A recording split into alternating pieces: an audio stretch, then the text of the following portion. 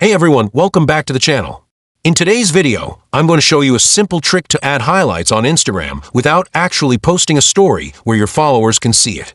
If you've ever wanted to update your highlights without letting your followers know, this method is perfect for you.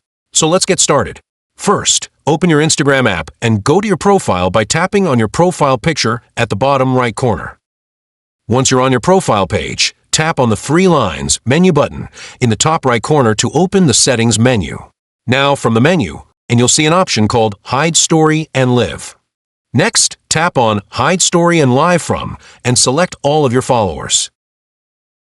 Now go back to your Instagram home screen and tap on your profile picture at the top left to add a new story. And upload it like a normal story. Once you upload the story, you'll see an Add to Highlight icon. Tap on it, select the highlight category where you want to save your story, and tap Done. That's it. Your story is now added to your highlights without anyone seeing it. You've successfully added Instagram highlights without posting a visible story. If this was helpful, hit the like button, subscribe for more tips, and let me know in the comments if you have any questions. Thanks for watching, and I'll see you in the next one.